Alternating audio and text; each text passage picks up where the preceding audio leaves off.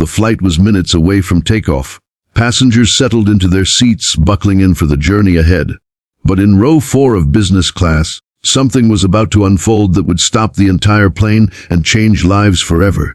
A young black woman stood tall, refusing to be dismissed. A white passenger tried to steal her seat, and within minutes, the captain grounded the flight. What happened in that moment shook the cabin, and the world watching online later. But for Amara Johnson, this wasn't just about a seat. It was about dignity. At the beginning, Amara Johnson pulled her sleek black carry on behind her as she boarded the aircraft. She moved with quiet confidence, her natural curls bouncing with each step, her tailored blazer giving her the look of a woman who knew exactly where she was going in life. Her life hadn't always been this polished. Her father, Darius Johnson, had clawed his way from the poverty-stricken streets of Chicago to becoming one of the most respected black billionaires in America. But Amara wasn't just the billionaire's daughter. She had dreams of her own, and she was making them real. At only 26, she had already launched a tech startup focused on giving scholarships and mentorship opportunities to kids from underprivileged backgrounds. For Amara, success wasn't about luxury, it was about lifting others up with her. Today, she was on her way to London to finalize a partnership with an international education foundation. It was the biggest deal of her career, one that could change thousands of young lives. Clutching her boarding pass for seat 4A, a comfortable window seat in business class, she smiled to herself. It wasn't about luxury. It was about using the hours in the air to prepare, focus, and dream bigger. The confrontation as Amara approached row 4, she noticed a man already standing there. He was white, mid-40s, wearing a designer watch that gleamed under the cabin lights. He had the look of someone used to being in control, his expensive cologne filling the air. She paused politely, letting him adjust his bag in the overhead compartment. But then, to her shock, he dropped casually into her seat. Seat 4A, Amara's lips parted in surprise. She checked her boarding pass, then the small number above the row. 4A, she knew she wasn't wrong. "Excuse me," she said softly but firmly. "I think you might be in my seat. This is 4A. The man barely looked at her, his smirk almost rehearsed. "No, it's mine. You must be mistaken." Amara blinked, caught between disbelief and irritation. She turned her ticket slightly toward him. "It says right here, window seat 4A. The man sighed, leaning back as if bored. "Listen, sweetheart, I was here first. Why don't you just take the aisle seat and save us both the trouble?" Her chest tightened. She knew what this was. He wasn't just dismissing her. He was reducing her, treating her as though she didn't belong. "I'm sorry, sir," Amara replied calmly, though her voice carried steel. "I paid for this seat. I will be sitting here." The flight attendant arrives before the man could retort. A flight attendant approached, sensing the rising tension. She smiled politely. "Is there a problem here?" The man was quick to speak. "Yes. This young lady is confused. She's trying to take my seat." The attendant turned to Amara. "May I see your boarding pass?" "Please." Amara handed it over with steady hands. The attendant scanned it, then glanced at the seat number. "Mom, you are correct. Seat 4A belongs to you." Relief flickered across Amara's face, but the man didn't budge. Instead, he crossed his arms and leaned deeper into the seat. "I'm not moving. I already settled in. Find her another seat."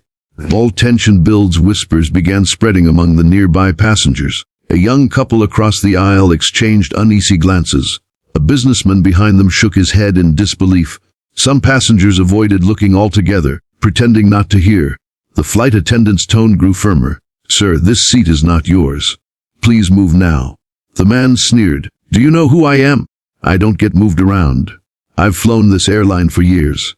She should be the one to move. People like me don't get treated this way."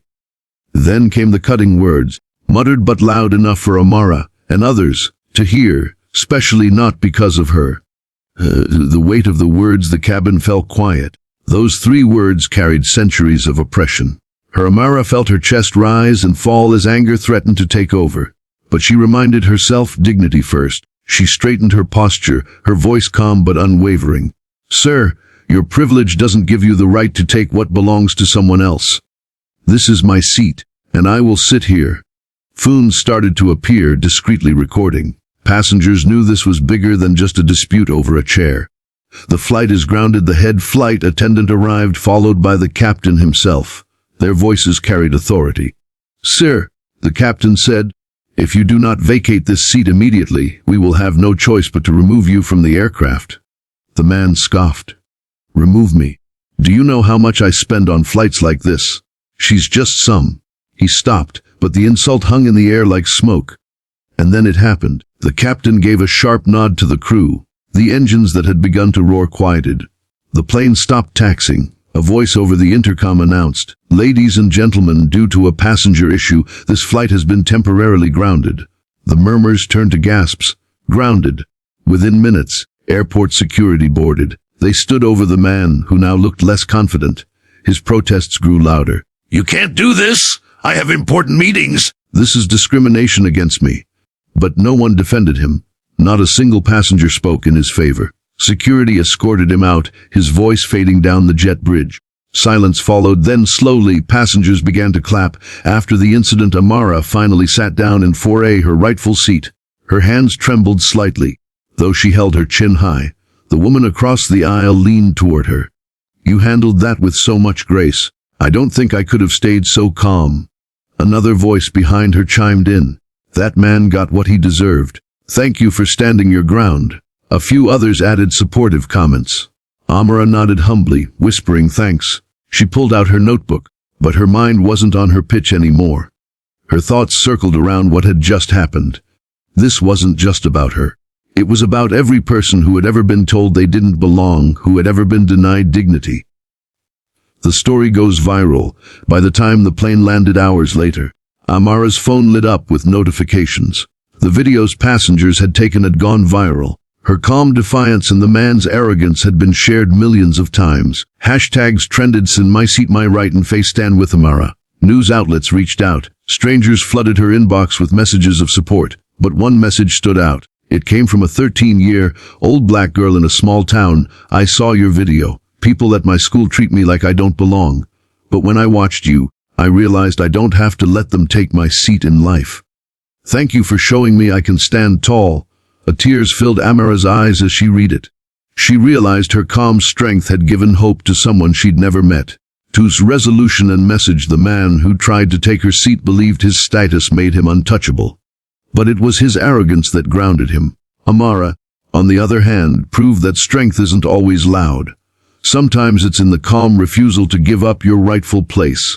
Her story reminded the world of something timeless: never let anyone take your seat in life. Your place is yours.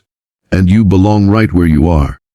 Call to action. So now I ask you, what would you have done if you were in Amara's place? Have you ever had someone try to take away what was rightfully yours? Your seat, your opportunity, or your dignity? Share your story in the comments. You never know who might read it and find the courage they need. And if this story touched your heart, please like, share, and subscribe to my channel. Be kind always. Because every story we tell here reminds us of one truth: kindness and dignity always win.